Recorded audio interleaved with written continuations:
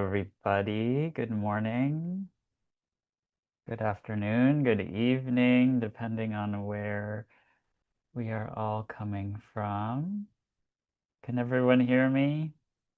I never know when everyone has their videos and cameras off if anything is coming through.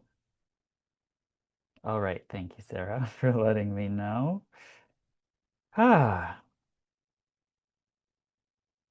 so as we all filter in here, just a reminder, we're recording this for the benefit of everyone who can't be here live.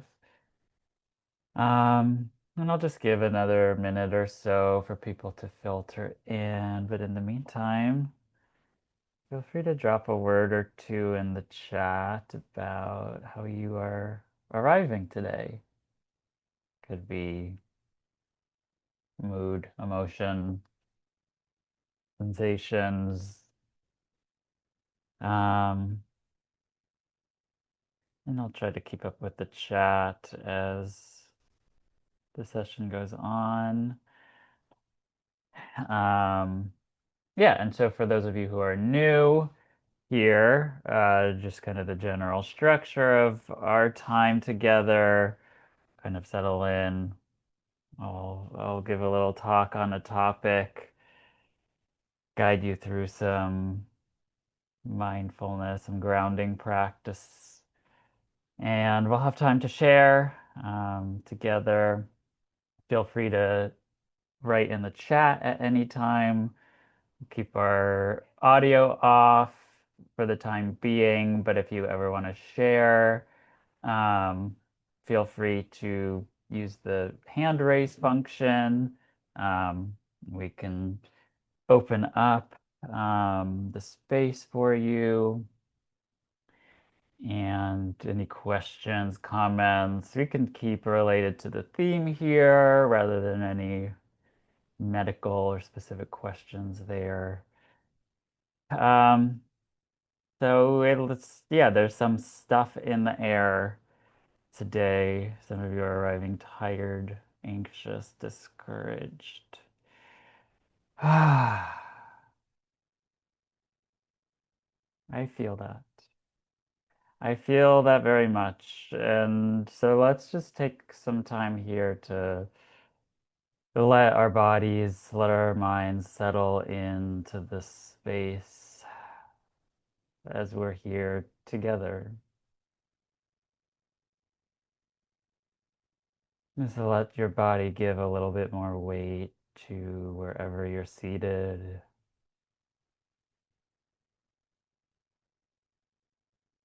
Feel your feet make contact with the ground.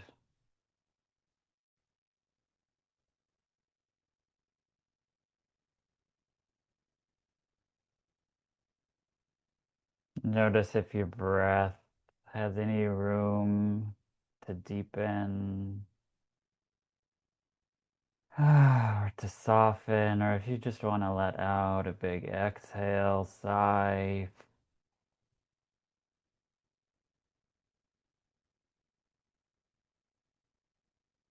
What can you shed for just this moment? Just for this hour together where we don't have to do or achieve anything.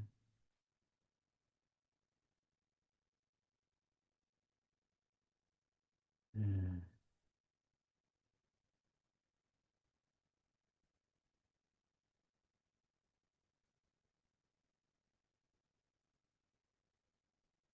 In our last session, we talked about, for those of us who weren't there, we talked about self-compassion in the last session, and there was a tenderness to it. I think it was more tender than expected.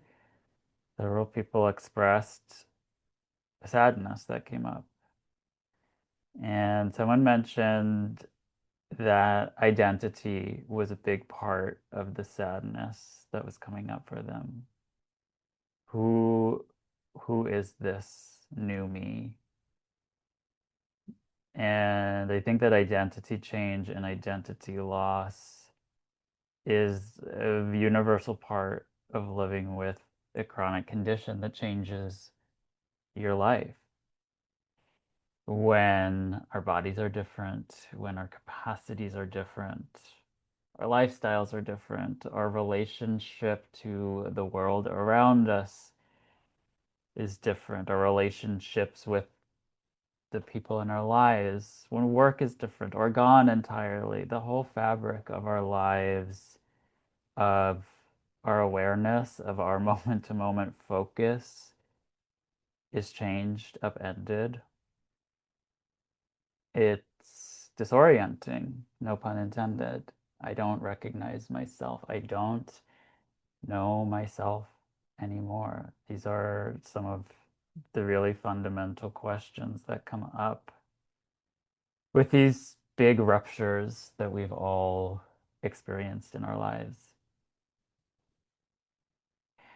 And I think one of the big driving questions that many of us ask ourselves, that I have asked myself for a long time, is how do I get back to who I was, to how I used to be? How do I get back on the path that I was on before I got knocked off course?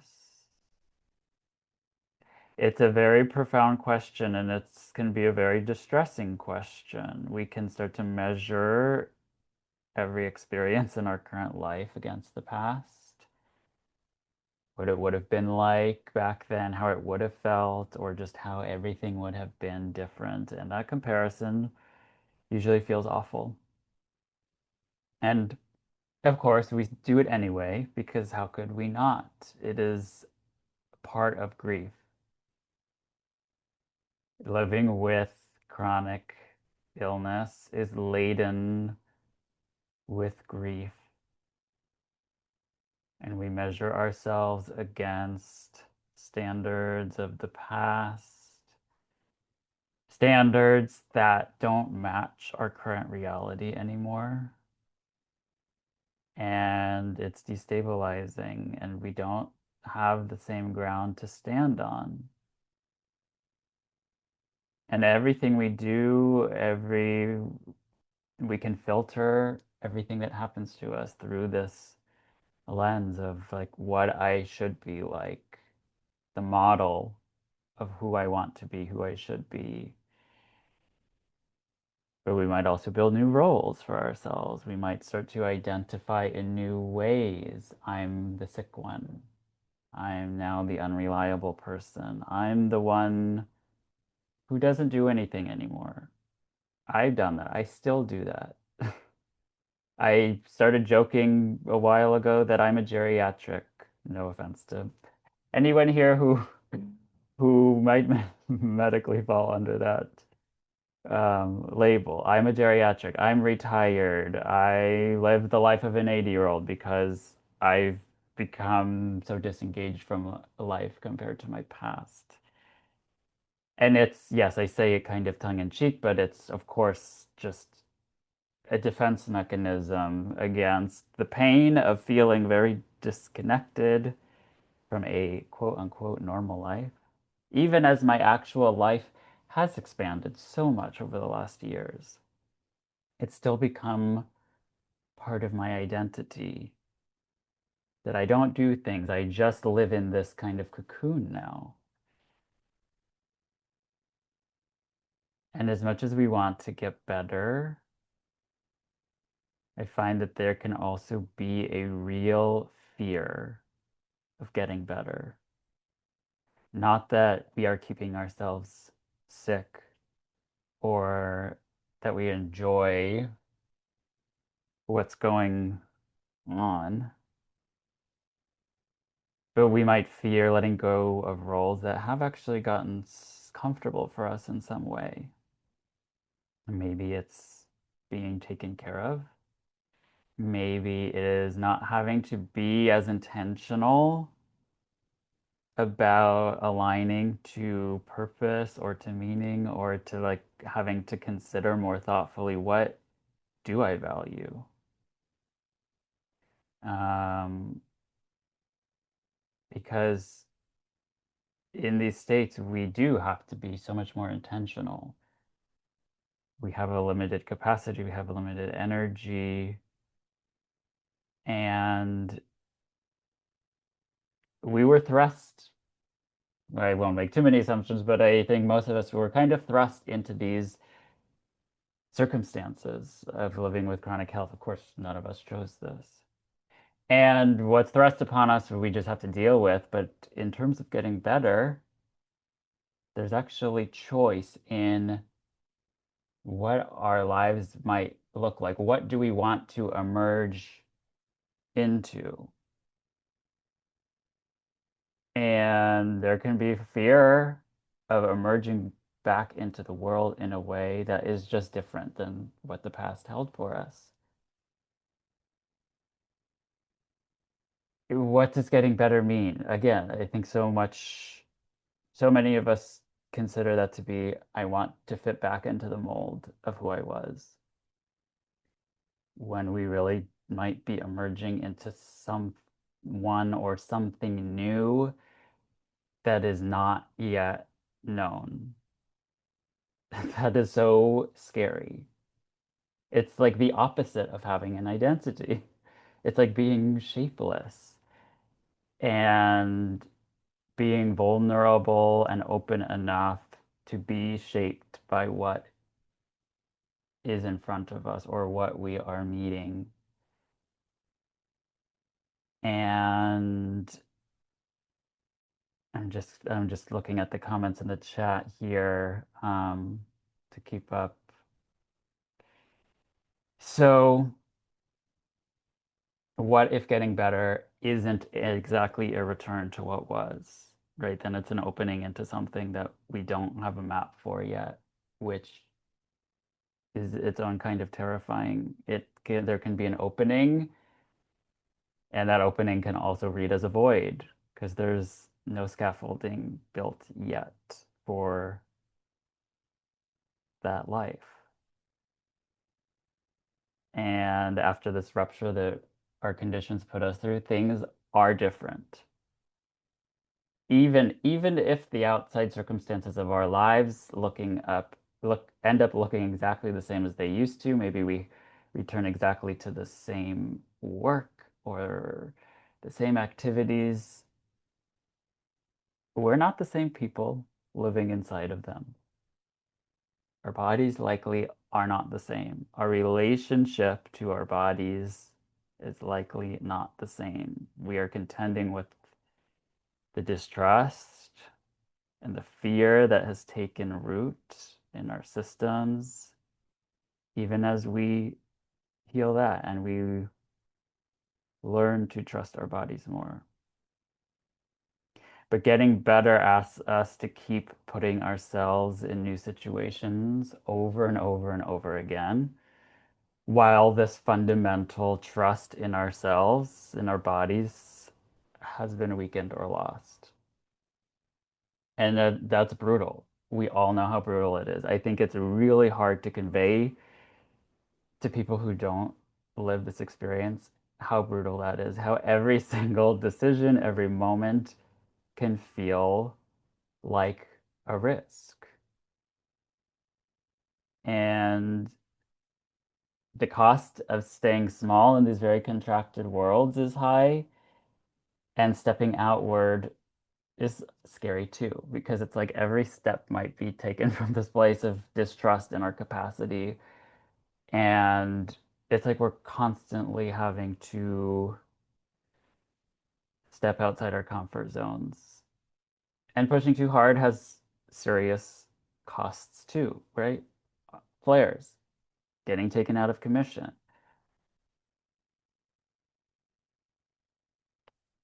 I've noticed lately that I tend to catch myself saying this is my hardest year yet, pretty much every year. I mean, a year is kind of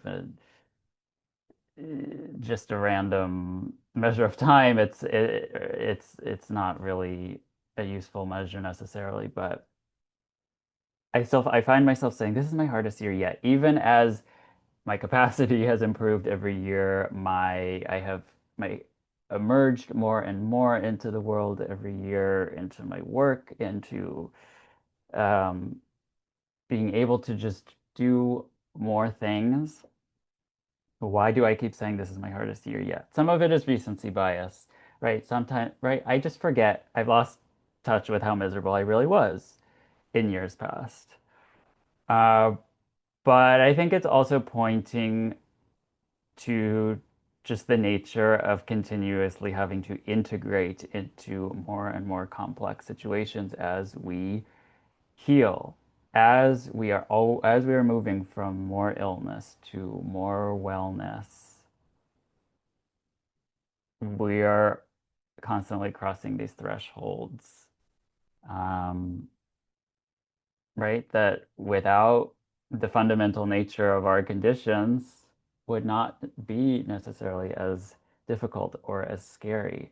And there can be these obvious thresholds, like maybe we're starting to walk more or drive again or work again. But there are a lot more subtle thresholds too. And it's kind of like this molting. We're shedding this shell or cocoon that we've built our sense of safety around. And it leaves us raw and vulnerable and exposed before we're like fully growing into the next phase. And then we do it again and again and again. And it's like there is no final form. It just keeps happening. And even as I say this, right, somewhat with a smile on my face or a little bit lighthearted, I know, like it's can be so miserable. I am in this, I'm in the thick of it in a way that I could never imagine would be so difficult, even though I am so much better than I was 6 years ago. So, it's part of what makes this all difficult, right? Yes, it's like uncertainty. It is like stepping into a void. And it's really painful to feel like progress and change only counts if it's bringing us back to who we once were, to the identity, to that model we have of who we are. Because that pressure to re-inhabit that old version of ourselves, which really just might not fit anymore, can be so frustrating and leave us stuck and ashamed. And it is full of grief. Grieving is a part of it. So of course, like we're working to improve our symptoms and expand our capacity and feel more like ourselves, whatever that does mean. But I think a question is, what if the path forward isn't a rewind? What if it is creating space for something different to emerge that I know is feels like impossible to accept, and I don't think it's really a process, or I don't think it's a matter of just deciding or being able from one moment to the next to accept that. I think we're just living through it. Um, and even recognizing it, it doesn't remove the fear from all of it. Um, we can still be holding on to these identities. We can still be questioning all of this. And identities can be helpful containers. They can also be kind of rigid prisons that keep us from really meeting this moment honestly. Because again, the comparisons come up, the expectations, the like, it should have been this way. I should be able to do this. So as I continue going through my own process, I bump up against these questions of, okay, so who am I really? I've gone through all of these changes myself. Like my whole sense of self, my whole life, every circumstance of my life has been completely upended from the moment I sustained my injury 6 years ago to now, right? I've gone through, okay, well, now I'm a sick person. Now I'm disabled. Now I'm a meditator. I'm a spiritual person. I'm someone whose life is actually just meant for something much more like serious and disciplined now. I'm not meant to have fun. I'm not meant to be this, right? Things that are defense mechanisms, things that help me get through phases. It's not about judging or saying this identity is right or wrong, or any identity is right or wrong. But I land in a place now where I've been fighting so hard to figure out, okay, so who am I really? As there are really big changes happening in my life that threaten my sense of self or are leading me to grasp into like deciding, okay, this is the kind of person I am. This is the kind of environment I'm supposed to live in. This are the kind of people I'm supposed to interact with. I need to decide that ahead of time because like stepping into it in an unknown is so terrifying. And I know that some of you might not even be remotely in the same place in terms of where you are in your healing journey. But the question I keep landing or trying to come back to is not who am I really, but who am I not? What am I not? What can I continue loosening my grip on so that I can meet this phase, this moment with more flexibility, with more honesty about what is true right now. Not what is true absolutely, not to define my entire life and my entire existence, but what is just true for me in this moment.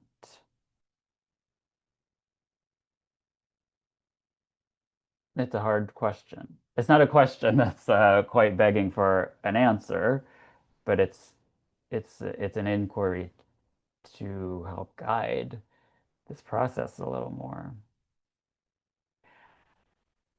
So, right, it's a process to help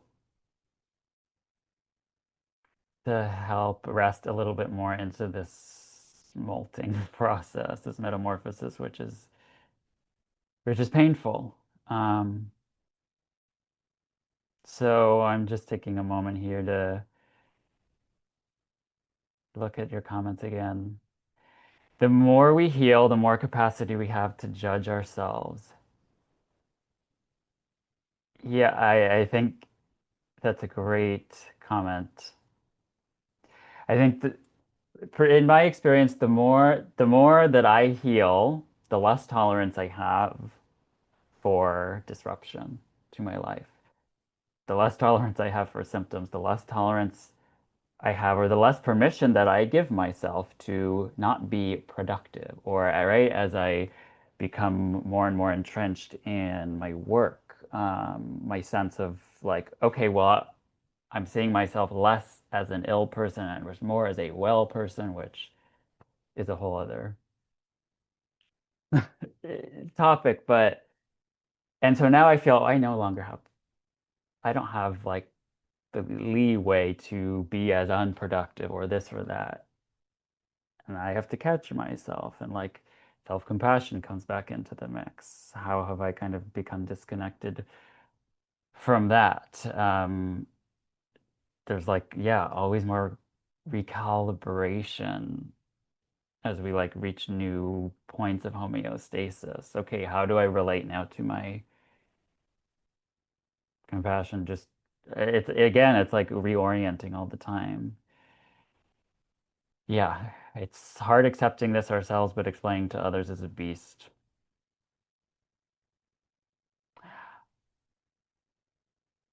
Yes. I think there's just a ceiling to what people can really understand. Um, before before we move into practice, I usually Q&A or just comments I open up at the end, but I just want to give an opportunity now. Um, if there's anyone who wants to share, out loud, or ask any questions. You can use the raise hand function. Um, so feel free. Um, Alan said, before we find ourselves struggling with these issues, we are not questioning life. We are just living. Suddenly we have a lot of time and motivation to question. I think that's, I think I can speak for myself for sure. These experiences, these ruptures in our lives, yes, they become vehicles to question because we're we're put in the position, yes, of having to question, of having to be more thoughtful and intentional. Like perhaps perhaps life is not being lived on autopilot anymore. And there's some sort of awakening that is forced. I'm not saying any of this in a Pollyanna sugar-coated way, like, okay, this is all happening for a reason so that we can really wake up to our life's true purpose and intention, and it's all like fine and dandy. It's This can be vehicles for that, and it's incredibly painful and hard too. But yes, I think it's this question in my experience, and as I settled so deeply into my sense of like what my life is in such an insulated cocoon, and having kind of given up on being connected to a different kind of life. Yes, I became completely complacent in that. I'm still in it, and I'm kind of struggling to move out of it. It's easier to be passive about it. Even if I'm like, this is a completely unfulfilling life, and I know that there's so much out there for me, it's just easier and to kind of put a stake in the ground and say, okay, I'm going to be intentional and thoughtful about trying to claim something different. It's hard, especially if we fail, quote unquote, because to choose something or to work towards something and to fail can feel more devastating than to say, well, life just delivered this condition to me. I didn't choose it. It sucks, but yeah, it's perhaps not as painful as trying for something and failing in big quotation marks there. So we'll move into quieting a little bit to letting go of some of this thinking into our guided practice. So again, taking some time, some moments here to do whatever you need to do to shake anything out, resettle, get comfortable.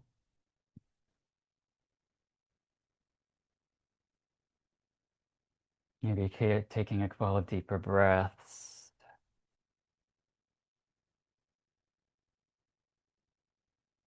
feeling the belly expand,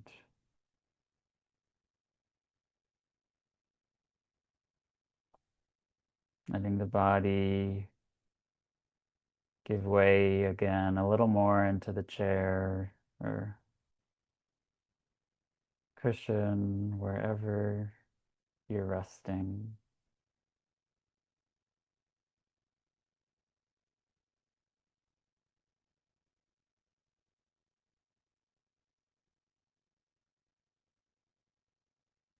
Just making contact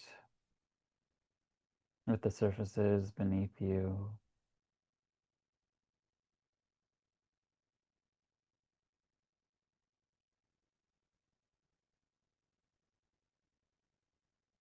Hmm. Let the hands soften and find a little space between the fingers.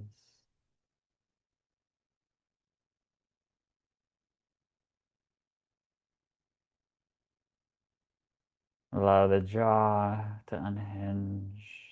a bit.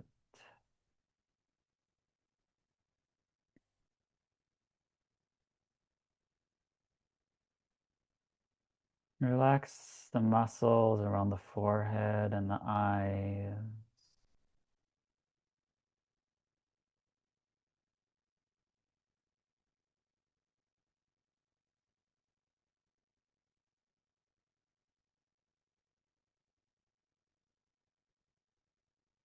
The shoulders settling.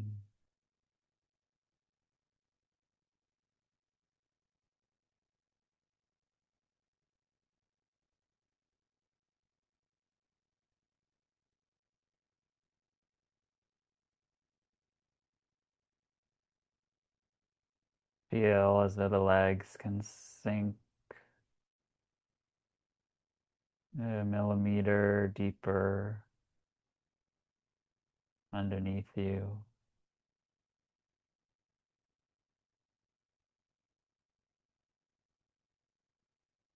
To ungrip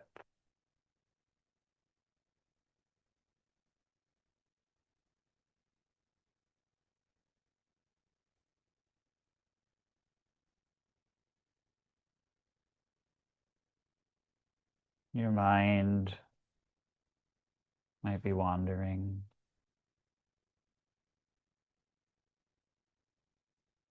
Might be resisting,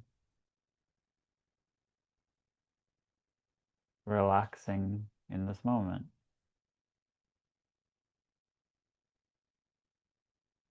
You might say there are things to do,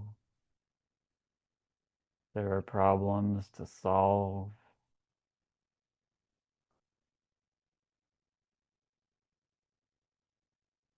We must keep our guard up.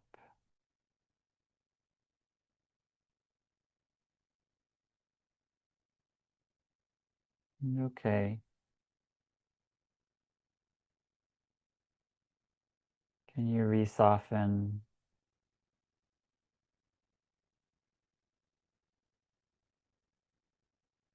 Kind of lengthened exhale, draw your attention downward.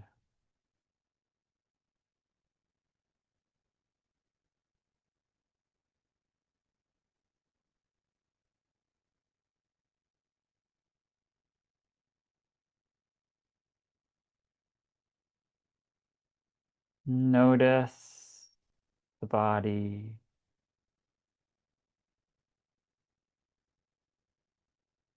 giving a gentle scan.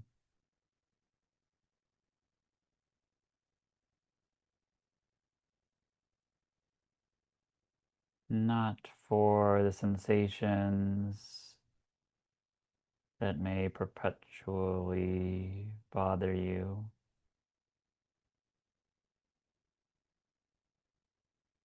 but notice if there's any area of the body that feels neutral,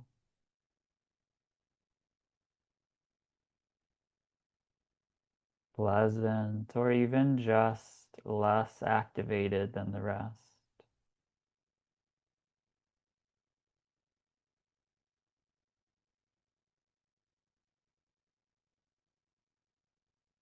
A place that feels okay enough to rest your attention.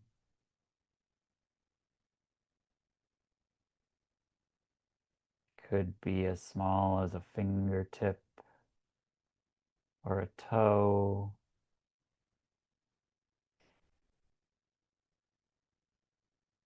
Place in the body that doesn't carry any loaded associations or meanings for you.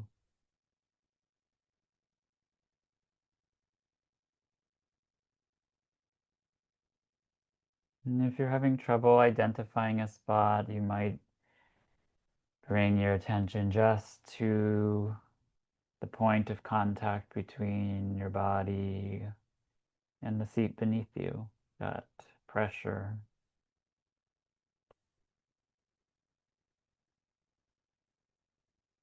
But this neutral spot in the body will be your anchor,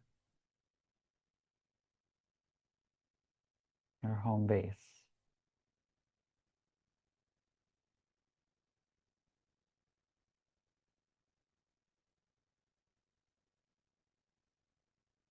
And let your attention gently settle there.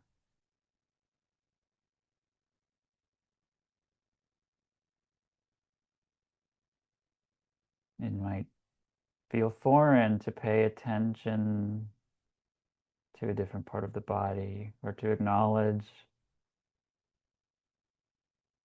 that some other part of the body exists beyond the head or beyond the parts of the body that tend to give us trouble. But in this home base, just stay with the sensation of that part of the body.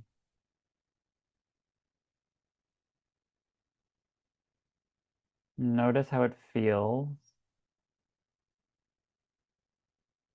not the description of it, not the story about it, but just the experience of the sensation. There might be tingling or effervescence. Perhaps there's pulsing of blood flow. Perhaps you can sense a temperature, a warmth, a coolness.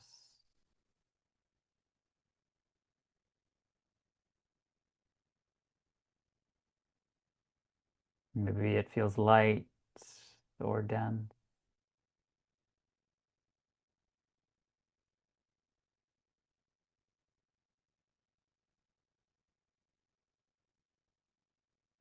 Just tracking,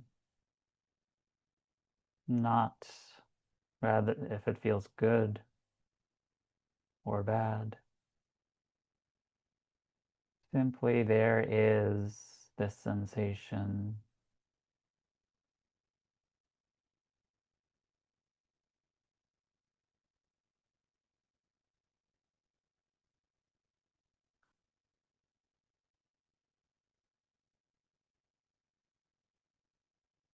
It might feel foreign to feel something without letting the mind take over, to analyze it, to categorize it. But that's just the practice here.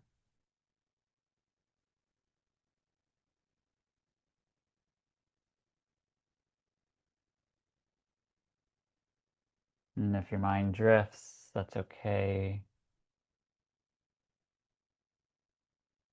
Simply bring your attention back to the felt sense.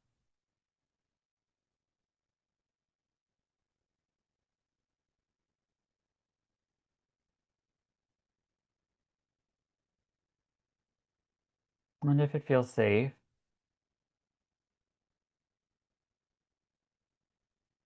allow your awareness to move to another part of the body, one that may feel a little less comfortable. Not deeply troubling, not the most intense or fear-inducing sensations that might live in the body, but one that's a little less than neutral, perhaps a tightness in the jaw or shoulders, or a flutter in the belly, whatever sensation shows up for you.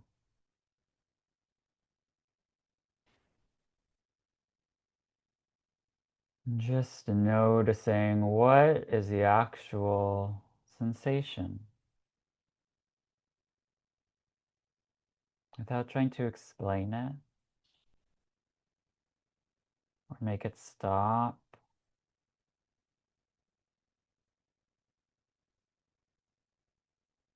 Just curiously noticing perhaps tightness or heat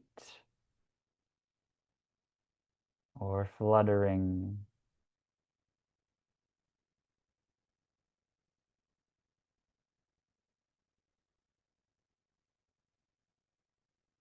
And after a few moments, returning to that anchor point, that initial part of the body,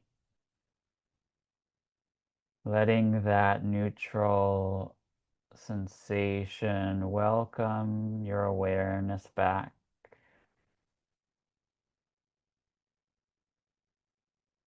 Noticing your breath, allowing the breath to stay steady and easy.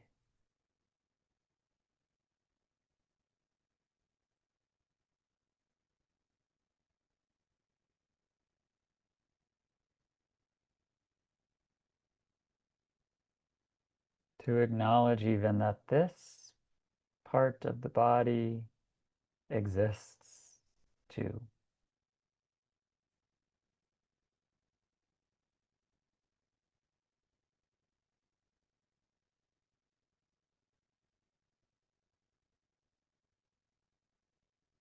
And maybe the sensation has changed a little bit.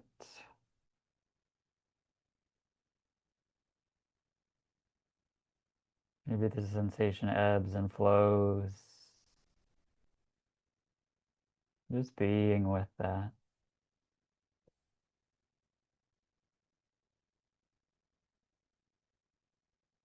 And return again to that second, less comfortable sensation in the body. Observing like a scientist without judgment or expectation what the sensation feels like.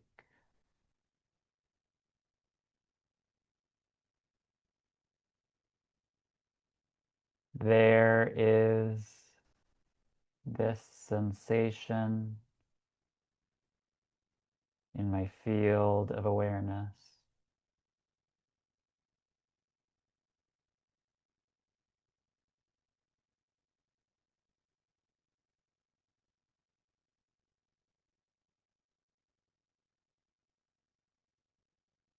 And perhaps this sensation is shifting too.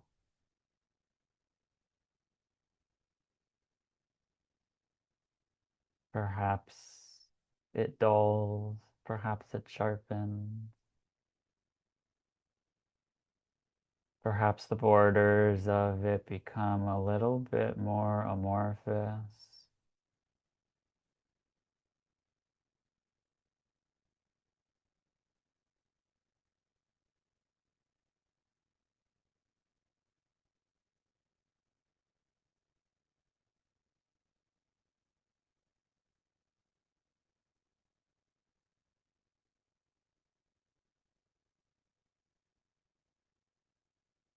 Is it able to be there just for this moment without needing to change it, to eliminate it?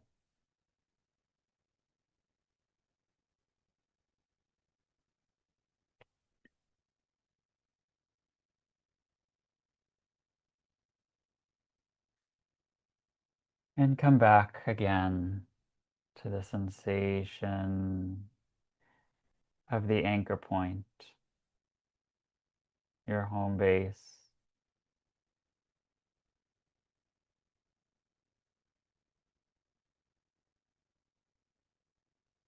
Your awareness settling back on this point.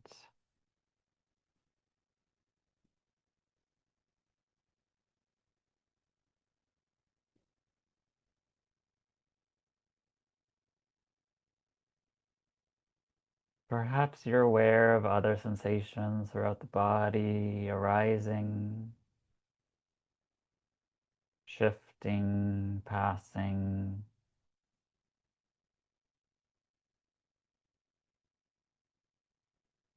This dance of sensation.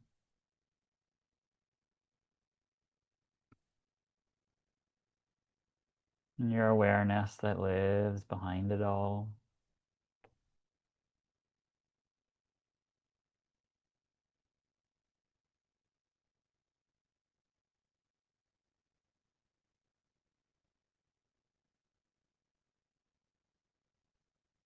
Anything that's arising, thoughts, emotions, sensations in the body, like clouds drifting across the sky of your mind. And some may be light and wispy, others might be dark and thunderous.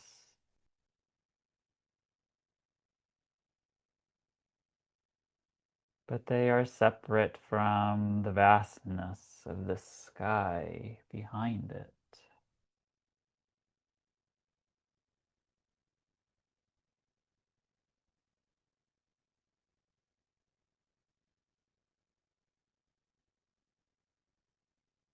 Your awareness, that sky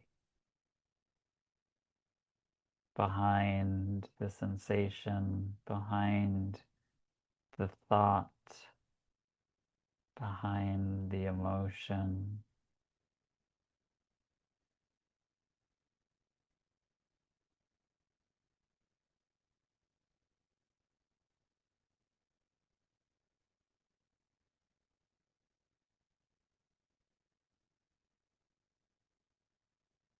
A part of you that lives beyond all of this.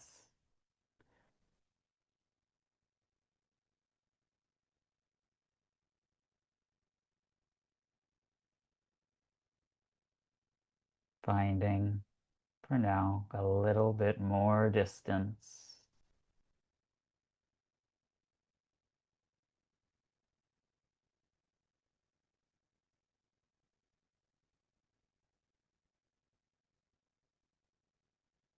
And allowing your awareness to come back down, down,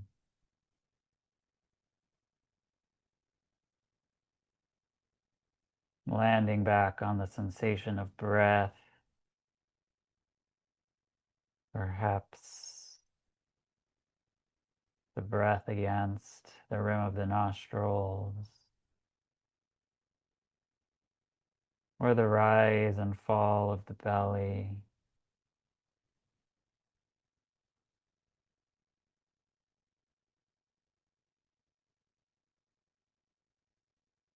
Wiggling the fingers and toes.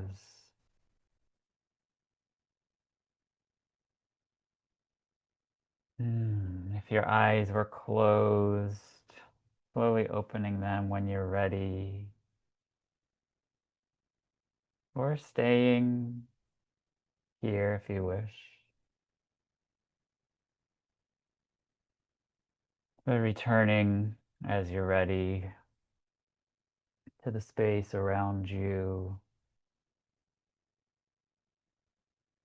giving yourself a moment to see and orient to the space,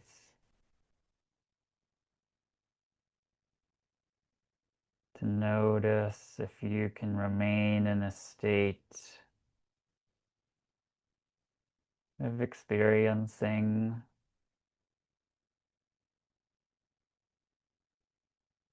without analyzing, without the mind rushing so quickly back in, even for just a moment.